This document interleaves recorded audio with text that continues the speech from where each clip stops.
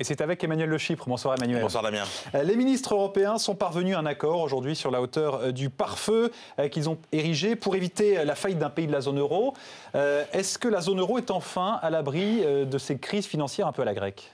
Ce qui est sûr, c'est qu'on dispose ce soir d'un système qui aurait sans doute permis d'éviter le psychodrame grec et qui devrait permettre d'éviter qu'une crise qui frappe l'Espagne, qui est aujourd'hui le pays le plus vulnérable d'Europe, se propage à l'ensemble de toute la zone euro. Alors ce dispositif, c'est quoi? Eh bien, c'est la possibilité de mobiliser auprès de tous les membres de la zone euro jusqu'à 800 milliards pour aider un pays en difficulté. Alors attention, sur ces 800 milliards, on en a déjà utilisé 300, dont 200 pour aider le Portugal, la Grèce et puis bien sûr l'Irlande. Il en reste évidemment 500.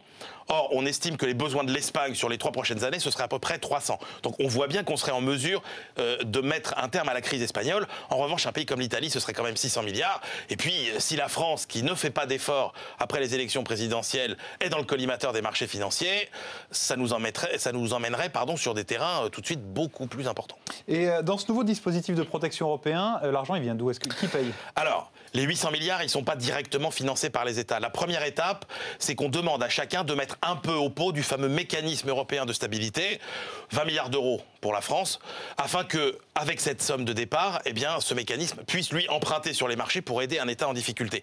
Là où ça nous coûterait vraiment cher, c'est si l'État qu'il faut aider, par exemple, fait faillite et qu'il faut rembourser ses dettes à sa place. Là, ça pourrait nous emmener jusqu'à plus de 100 milliards d'euros pour la France. Oui, et on termine avec le chiffre du soir. Le chiffre du soir, c'est pas un bon chiffre, malheureusement. C'est le chiffre des immatriculations d'automobiles sur les 3 premiers mois de l'année, moins 20% sur le marché français. Et la deuxième mauvaise nouvelle, c'est que les constructeurs français trinquent encore plus que les constructeurs étrangers. Badaboum. Merci beaucoup, Emmanuel. Merci.